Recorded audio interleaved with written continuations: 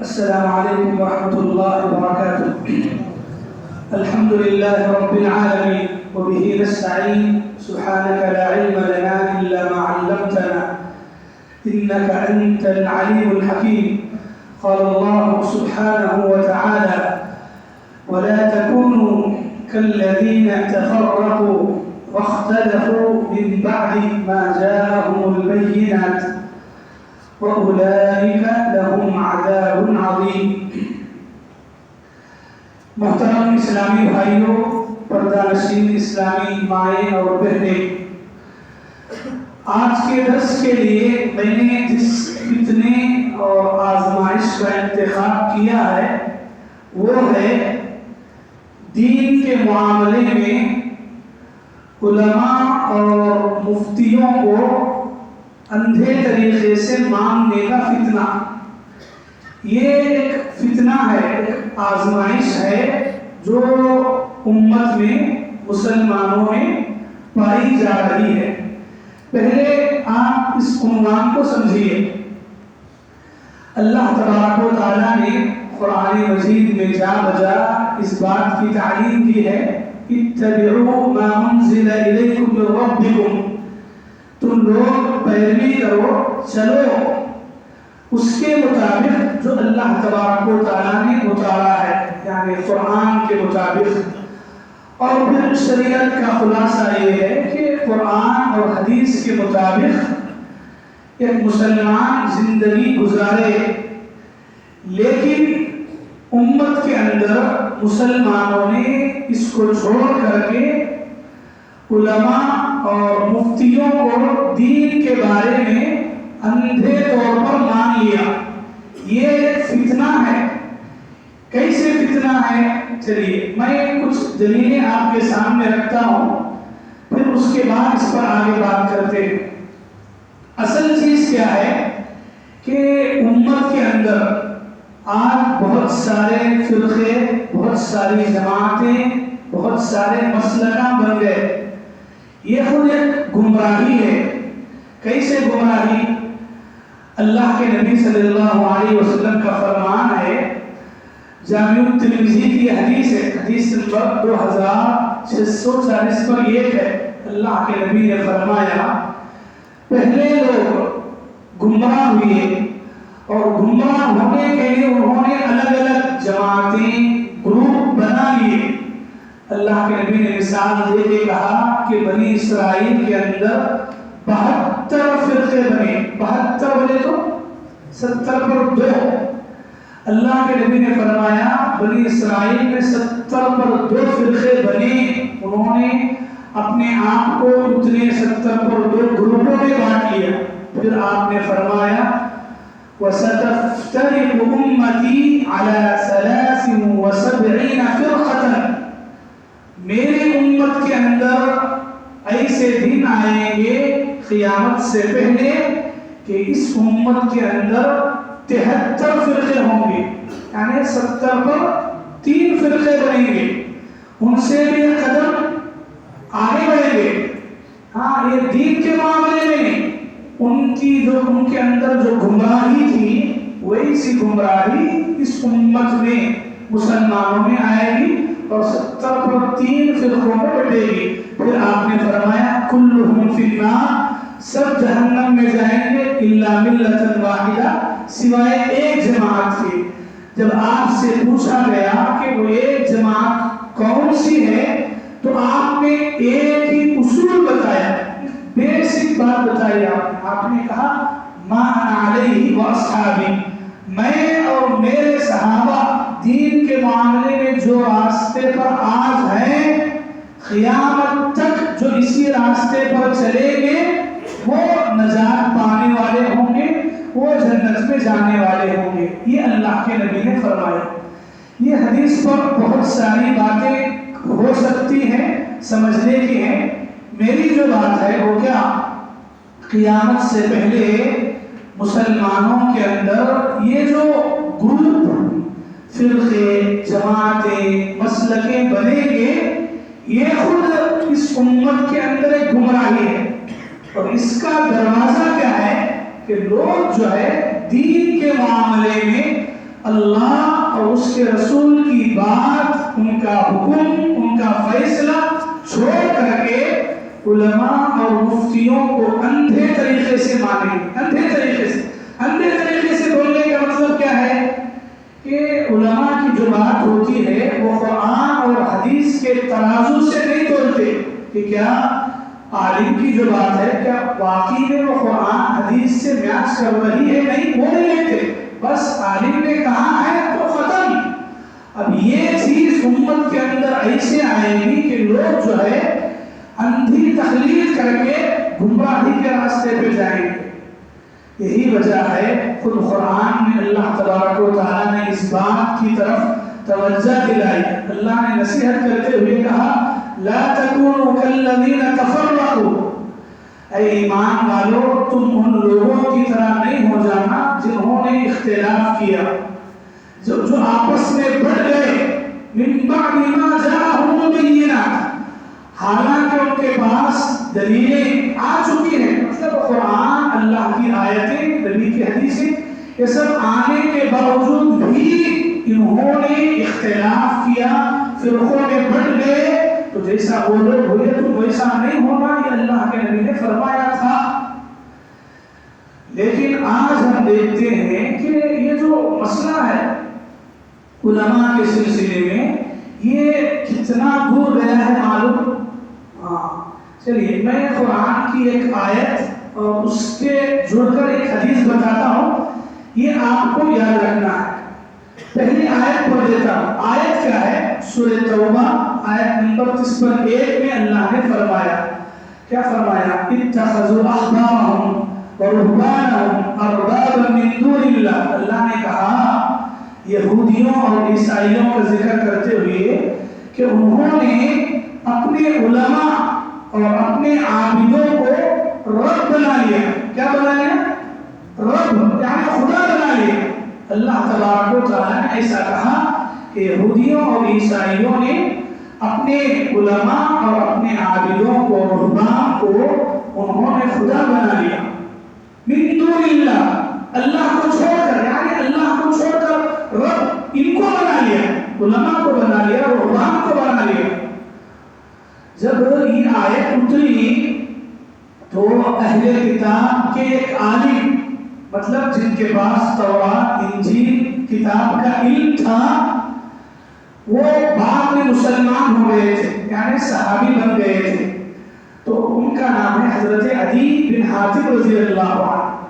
یہ آیت جب نازل ہوئی تو اللہ کے نبی کے پاس آتے ہیں، اللہ کے نبی کے پاس آ کر پوچھتے ہیں کہ اے اللہ کے نبی، یہ آیت میں اللہ نے کہا ہے کہ یہودیوں اور عیسائیوں نے اپنے علماء کو رب بنایا ہے، حالانکہ انہوں نے ان کی عبادت کبھی نہیں کی، مطلب کبھی بھی یہودیوں اور عیسائیوں نے علماء کی پوجا، علماء کی عبادت نہیں کی، تو پھر اللہ نے ایسا کیوں کہا ہے؟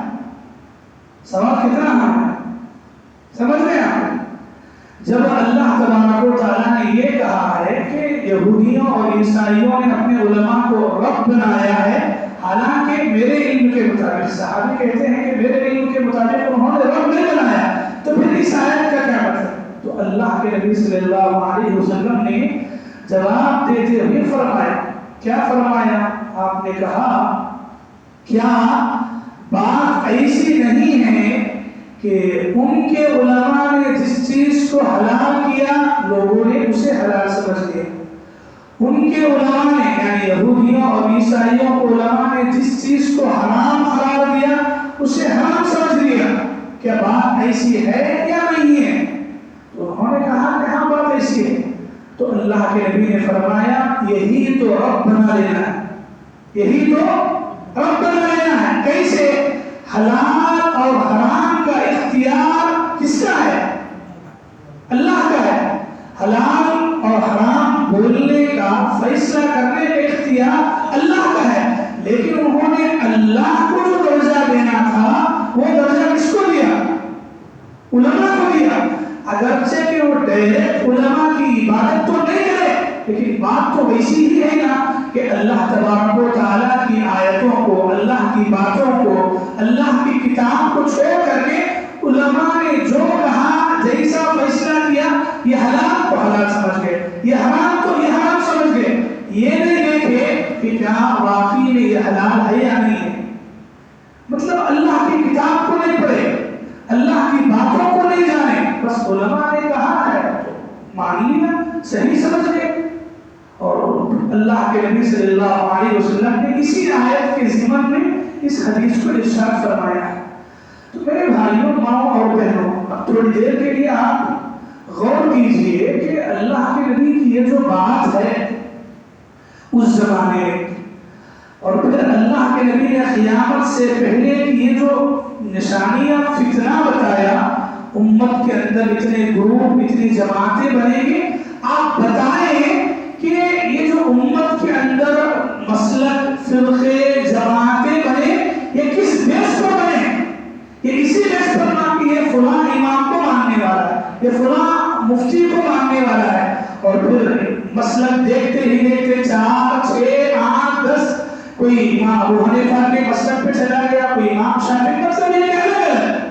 اور سب نے جو ہے یہ مان لیا کہ انہوں نے دین کے بارے میں انہوں نے جو کہا وہ صحیح, باقی کے سب ہمارے امام صاحب نے یہ کہا تو ان کی بات ہم لیں گے, باقی دوسری بات ہم لے لیں گے. اور آج آپ دیکھیں گے کہ امت کے اندر یہ چیز ایسے آ گئی ہے, اب کی حالت کیا ہے معلوم؟ اگر آپ لوگوں کے سامنے حدیث سنائیں گے, اللہ کے نبی کی بات بولیں گے, تو لوگ کہیں گے نہیں ہمارے امام صاحب تو ایسا نہیں بولے, ہمارے مسلک میں تو ایسا نہیں ہے, ہمارے مفتی صاحب کا کوئی فیصلہ نہیں ہے. آپ کو معلوم ہونا چاہیے یہ چیز اتنی خطرناک ہے. یہ تو چلیے ایک بات نارمل سے لوگ یہ سمجھتے ہیں کہ کیا مطلب امام غلط تھے کیا, یا امام کی بات سننا غلط ہے کیا. اماموں کی بات بازو میں رکھو, ہم صحابہ کرام کی بات کرتے ہیں. صحابہ کرام یہ سوچتے تھے کہ دین کے معاملے میں اللہ کے نبی کی بات آ گئی تو بات ختم. اس کے بعد اگر کوئی آدمی صحابہ کی باتوں کو لا کے یہ سمجھتا تھا کہ یہ دین ہے حالانکہ اللہ کے نبی کی حدیث ہے, تو صحابہ کرام غصہ کرتے تھے. کیسے؟ ایک بات میں آپ کو بتاؤں, حضرت عبداللہ بن عباس رضی اللہ عنہ بہت اچھی بات بولے تھے, سنو اور یاد رکھو. ایک آدمی نے ایک مسئلے کے بارے میں بات کرتے ہوئے, بحث و مباحثہ کرتے ہوئے حضرت عبداللہ بن عباس کے سامنے یہ کہا کہ میں نے ابو بکر سے یہ سنا ہے, میں نے عمر سے یہ سنا ہے, ایسا بات میں بول رہا ہے. حضرت عبداللہ بن عباس پوری بات سنی, اور پوری بات سننے کے بعد کہا ممکن ہے کہ اللہ تعالیٰ کی جانب سے پتھروں کی بارش ہو لوگوں پر, انسانوں پر. کیوں؟ تمہیں کیا ہو گیا ہے کہ میں تمہیں قال اللہ قال رسول, اللہ رسول میرے نبی نے یہ کہا ہے, تو میں نبی کی بات تمہارے سامنے سنا رہا ہوں, اور تم کیا کہہ رہے ہو کہ ابو بکر نے ایسا کہا, عمر نے ایسا کہا. تم یہ جو اللہ اور اس کے رسول کی بات کو چھوڑ کر کے ان کی بات کو لے رہے ہو, یہ اتنی بڑی غلطی, اتنا بڑا گناہ ہے. اللہ اور اس کے رسول کے فیصلوں کے ہوتے ہوئے کسی اور کے فیصلے کی طرف جانا, اس کی وجہ سے ہو سکتا ہے آسمان سے پتھروں کی بارش نازل ہو جائے. اللہ اکبر. اب آپ بتائیں, سامنے والے انسان نے اللہ کے نبی کی بات کے اپوزٹ کس کی بات لائے؟ کس کی؟ حضرت ابو بکر, حضرت عمر. سبحان اللہ. اگر دنیا میں نبیوں کے بعد کسی کا مقام اونچا ہے تو کس کا ہے؟ ابو بکر کا. لیکن صحابہ کرام کی سوچ یہ تھی اللہ کے نبی کی بات آ گئی ختم, اس کے بعد کسی انسان کی بات دلیل کیسے ہو سکتی ہے؟ اب یہاں سوچنے کی ضرورت, جو لوگ یہ سمجھتے ہیں کہ امام یا فلاں کیا غلط ہے, کیا ان کی بات سننا غلط ہے کیا, اب آپ بتائیں امام بڑھ کے ہے یا ابو بکر کا مقام بڑھ کے ہے؟ کس کا مقام بڑھ کے ہے؟ ابو بکر رضی اللہ عنہ. لیکن دین کے معاملے میں حضرت ابو بکر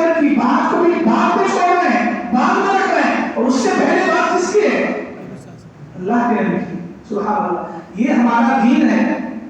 اور آج دین کے معاملے میں یہ چیز کے بارے میں مسلمان اتنا پیچھے ہیں. آپ دیکھیں کہ یہی وجہ ہے آج دین کے معاملے میں ہر کوئی اپنی من مانی چلا رہا ہے. ہر کوئی اپنی من مانی اور بولنے کے لیے سب مسلمان ہیں. آپ بتائیں یہ کیسے مسلمان ہیں؟ ایک طرف اپنے آپ کو مسلمان بھی ہو رہا ہے, دوسری طرف خبروں کی پوجا کر رہا ہے, خبروں کے پاس جا رہا ہے, خبروں کے پاس طواف کر رہا ہے, خبر والوں سے مانگ رہا ہے, مشکل کشا سمجھ رہا ہے. اور دوسری طرف ہم دیکھتے ہیں کہ ایک طرف مسلمان ہے اور دوسری طرف جتنی بدعتیں ہیں, جتنے رسم و رواج ہیں, سب کر رہے ہیں. اب تو جو مسلمان کا لیبل لگا کر کے اتنے ساری بدعتیں یا اتنے سارے کام کس دروازے سے امت کے اندر آئے؟ اسی دروازے سے نا کہ فلاں وہ امام ایسے ہیں, ان کے طریقہ ایسا, ان کا مسئلہ. ہم آپ لوگوں کو قرآن حدیث کی بات سمجھانے کے لیے جائیں گے تو نہیں یہ وہ گروپ ہے, یہ وہ جماعت ہے, یہ تمہاری بات ہے, تمہیں وہ تو پھر اتنے سارے باتیں سناتے.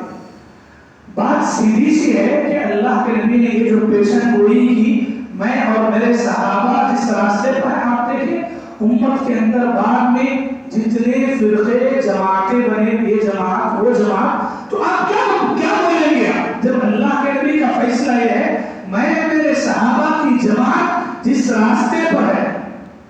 تو مطلب یہ کہ اس زمانے میں جس چیز کو مان رہے ہیں, پڑھ رہے ہیں, سمجھ رہے ہیں وہی دین ہے.